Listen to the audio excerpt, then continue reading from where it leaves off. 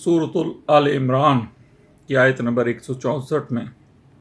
रब ताला फरमाता है, हकीकत ये है कि अल्लाह ने मोमिनों पर बड़ा एहसान किया कि इनके दरमियान इन्हीं में से एक रसूल भेजा जो इनके सामने अल्लाह की आयतों की तिलावत करे, इन्हें पाक साफ बनाए और इन्हें किताब और हिकमत की तालीम दे,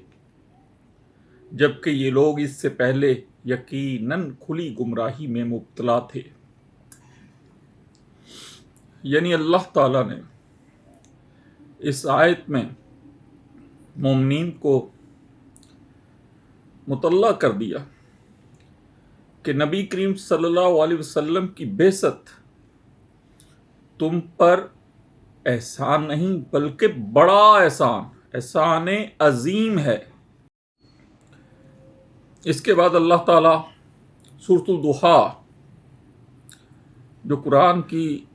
93 नंबर या 93 नंबर सूरत है, उसकी आयत नंबर 11 में फरमाता है,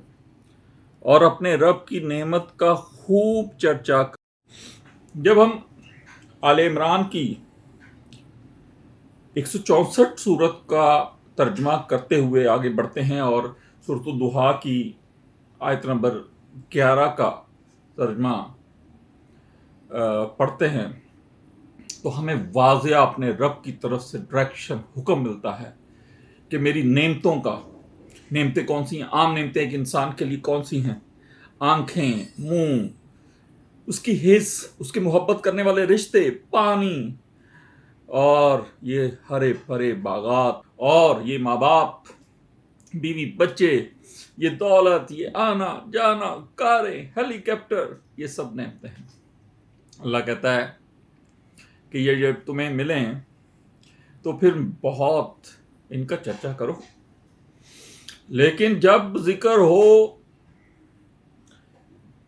बड़ा एहसान अजीम, तो क्या करना? फिर धूम के मिलाद मनाना है, फिर झूम के मिलाद मनाना है, फिर चरागा करने हैं, फिर आपने खुशियों में लोगों में चीज़ें बांटनी हैं, और अपने बच्चों को बताना है कि रब की नेमत जो बड़ी नेमत है उसका हम मिलाद की शक्ल में शुक्र अदा कर रहे हैं, चर्चा कर रहे हैं।